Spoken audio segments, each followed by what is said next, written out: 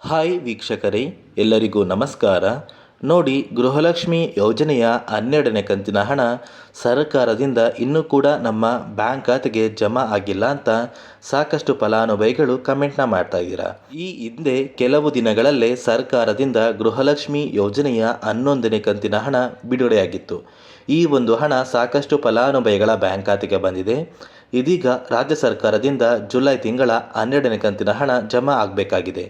ಆದರೂ ಕೂಡ ಇನ್ನು ಸರ್ಕಾರದಿಂದ ಯಾವುದೇ ರೀತಿಯ ಒಂದು ಹಣ ಬಂದಿಲ್ಲ ಅಂತ ಸಾಕಷ್ಟು ಫಲಾನುಭವಿಗಳು ಹೇಳ್ತಾ ಇದ್ದೀರಾ. ಇಂತಹ ಪ್ರತಿಯೊಂದು ಫಲಾನುಭವಿಗಳಿಗೆ ಸೋಮವಾರದಿಂದ ಗೃಹಲಕ್ಷ್ಮಿ ಯೋಜನೆಯ 12ನೇ ಕಂತಿನ ಹಣ 4 ಹಂತಗಳಲ್ಲಿ ನಿಮ್ಮ ಬ್ಯಾಂಕ್ ಖಾತೆಗೆ ಬರ್ತಾ ಇದೆ. ಹಾಗಾದರೆ ಬನ್ನಿ ವೀಕ್ಷಕರೇ, ಯಾವ ಜಿಲ್ಲೆಗಳಿಗೆ ಹಣ ಬರ್ತಾ ಇದೆ ಅಂತ ನಾನು ನಿಮಗೆ ತಿಳಿಸ್ಕೊಡ್ತಾ ಇದ್ದೀನಿ. ಅದಕ್ಕಿಂತ ಮೊದಲು ನೀವೇನಾದ್ರೂ ಇನ್ನೂ ಸಹ ನನ್ನ ಚಾನಲ್ನ ಸಬ್ಸ್ಕ್ರೈಬ್ ಆಗಿಲ್ಲ ಅಂದರೆ ದಯವಿಟ್ಟು ಪ್ರತಿಯೊಬ್ಬರೂ ಚಾನಲ್ನ ಸಬ್ಸ್ಕ್ರೈಬ್ ಮಾಡ್ಕೊಳ್ಳಿ, ಹಾಗೆ ವಿಡಿಯೋಗೆ ಒಂದು ಲೈಕ್ನ ಕೊಡಿ.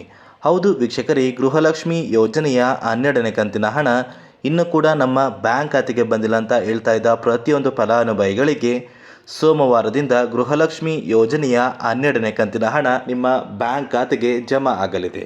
ಸರ್ಕಾರದಿಂದ ಬಂದಿರುವಂತಹ ಒಂದು ಮಾಹಿತಿಯ ಪ್ರಕಾರ ಸೋಮವಾರ ಸೆಪ್ಟೆಂಬರ್ 2ರಂದು ಗೃಹಲಕ್ಷ್ಮಿ ಯೋಜನೆಯ 12ನೇ ಕಂತಿನ ಹಣ 4 ಹಂತಗಳಲ್ಲಿ ಪ್ರತಿಯೊಂದು ಜಿಲ್ಲೆಯ ಫಲಾನುಭವಿಗಳ ಬ್ಯಾಂಕ್ ಖಾತೆಗೆ ಜಮಾ ಆಗ್ತಾ ಇದೆ. ಆ ಒಂದು ಜಿಲ್ಲೆಗಳ ಹೆಸರು ಮತ್ತು ಯಾವ ವಿಭಾಗಗಳಿಗೆ ಸರ್ಕಾರದಿಂದ ಹಣ ಬರ್ತದೆ ಅಂತ ಕೂಡ ನಾನು ನಿಮಗೆ ತಿಳಿಸ್ಕೊಡ್ತಾ ಇದ್ದೀನಿ.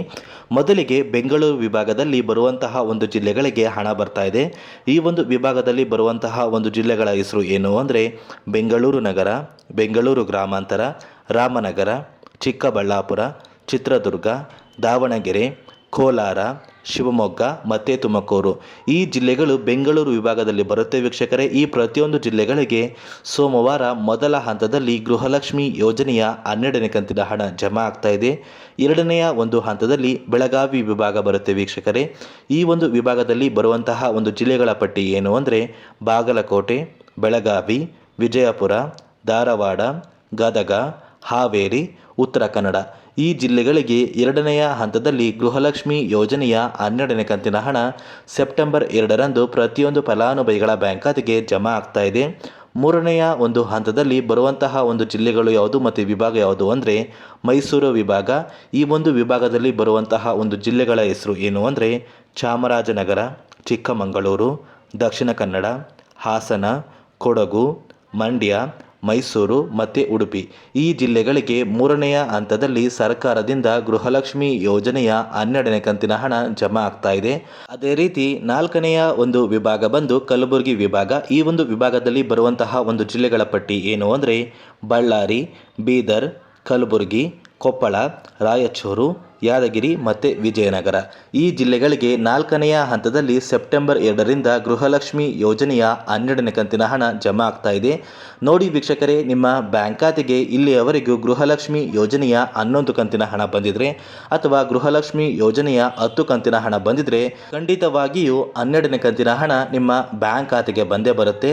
ಸರ್ಕಾರದಿಂದ ಬಂದಿರುವಂತಹ ಒಂದು ಮಾಹಿತಿಯ ಪ್ರಕಾರ ಗೃಹಲಕ್ಷ್ಮಿ ಯೋಜನೆಯ 11ನೇ ಕಂತಿನ ಹಣ ಈಗಾಗಲೇ 90ರಷ್ಟು ಫಲಾನುಭವಿಗಳ ಬ್ಯಾಂಕ್ ಖಾತೆಗೆ ತಲುಪಿದೆ.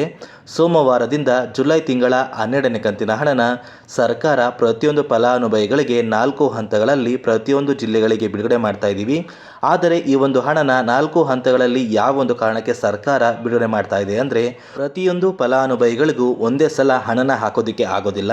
ಅದೇ ಒಂದು ಕಾರಣಕ್ಕೆ ಸರ್ಕಾರ ಪ್ರತಿಯೊಂದು ಜಿಲ್ಲೆಗಳನ್ನು 4 ಹಂತಗಳಾಗಿ ವಿಭಾಗ ಮಾಡಿ ಹಂತ ಹಂತವಾಗಿ 4 ಹಂತದಲ್ಲಿ ನಿಮ್ಮ ಬ್ಯಾಂಕ್ ಖಾತೆಗೆ ಹಣ ತಲುಪುವಂತಹ ಪ್ರಯತ್ನ ಸರ್ಕಾರ ಪಡ್ತಾ ಇದೆ. ಗೃಹಲಕ್ಷ್ಮಿ ಯೋಜನೆಯ 11ನೇ ಕಂತಿನ ಹಣ ಈಗಾಗಲೇ ಸಾಕಷ್ಟು ಫಲಾನುಭವಿಗಳು ಪಡ್ಕೊಂಡಿದ್ದೀರಾ. ಆದಷ್ಟು ಬೇಗ ಸರ್ಕಾರದಿಂದ ಜುಲೈ ತಿಂಗಳ 12ನೇ ಕಂತಿನ ಹಣ ಕೂಡ ನಿಮ್ಮ ಬ್ಯಾಂಕ್ ಖಾತೆಗೆ ಬರುತ್ತೆ. ಇನ್ನೇನು ಸೆಪ್ಟೆಂಬರ್ ತಿಂಗಳು ಕೂಡ ಶುರುವಾಗಿದೆ. ಆಗಸ್ಟ್ ತಿಂಗಳ ಹಣ ಕೂಡ ಸೆಪ್ಟೆಂಬರ್ ತಿಂಗಳ ಹಂತದಲ್ಲಿ ನಿಮ್ಮ ಬ್ಯಾಂಕ್ ಖಾತೆಗೆ ಬರುತ್ತೆ. ಮೊದಲು ಪ್ರತಿಯೊಂದು ಫಲಾನುಭವಿಗಳಿಗೆ ಸರ್ಕಾರದಿಂದ ಗೃಹಲಕ್ಷ್ಮಿ ಯೋಜನೆಯ 12ನೇ ಕಂತಿನ ಹಣನ ಆದಷ್ಟು ಬೇಗ ಸೆಪ್ಟೆಂಬರ್ 20ರಷ್ಟರಲ್ಲಿ ಪ್ರತಿಯೊಂದು ಫಲಾನುಭವಿಗಳ ಬ್ಯಾಂಕ್ ಖಾತೆಗೆ ಸರ್ಕಾರ ಸರ್ಕಾರದಿಂದ ಬಿಡುಗಡೆ ಮಾಡ್ತಾರೆ. ಪ್ರತಿಯೊಂದು ಫಲಾನುಭವಿಗಳು ಗೃಹಲಕ್ಷ್ಮಿ ಯೋಜನೆಯ 11 ಮತ್ತು 12ನೇ ಕಂತಿನ ಹಣನ ಪಡ್ಕೋತೀರಾ. ನಿಮ್ಮ ಬ್ಯಾಂಕ್ ಖಾತೆಗೆ ಹಣ ಬಂದೇ ಬರುತ್ತೆ ಅಂತ ಹೇಳ್ತಾ, ನೋಡಿ ವೀಕ್ಷಕರೇ, ಪೆಂಡಿಂಗ್ ಹಣ ನಿಮ್ಮ ಬ್ಯಾಂಕ್ ಖಾತೆಗೆ ಬಂದಿಲ್ಲ ಅಂದರೆ ದಯವಿಟ್ಟು ಮಹಿಳಾ ಮತ್ತು ಮಕ್ಕಳ ಕಲ್ಯಾಣ ಅಭಿವೃದ್ಧಿಗೆ ಭೇಟಿ ನೀಡಿ ಅಂತ ಹೇಳ್ತಾ, ಇದಿಷ್ಟು ಗೃಹಲಕ್ಷ್ಮಿ ಯೋಜನೆ ಕುರಿತು ಸರ್ಕಾರದಿಂದ ಬಂದಿರುವಂತಹ ಒಂದು ಹೊಸ ಮಾಹಿತಿ ಆಗಿದೆ. ನಾನು ಕೊಟ್ಟಿರುವಂತಹ ಮಾಹಿತಿ ನಿಮಗೆ ಇಷ್ಟ ಆಗಿದ್ರೆ ದಯವಿಟ್ಟು ಪ್ರತಿಯೊಬ್ಬರೂ ನನ್ನ ಚಾನಲ್ನ ಸಬ್ಸ್ಕ್ರೈಬ್ ಮಾಡ್ಕೊಳ್ಳಿ. ಹಾಗೆ ವಿಡಿಯೋಗೆ ಒಂದು ಲೈಕ್ನ ಕೊಟ್ಟು ಈ ಒಂದು ವಿಡಿಯೋನ ನಿಮ್ಮ ಸ್ನೇಹಿತರಿಗೆ ಶೇರ್ ಮಾಡಿ.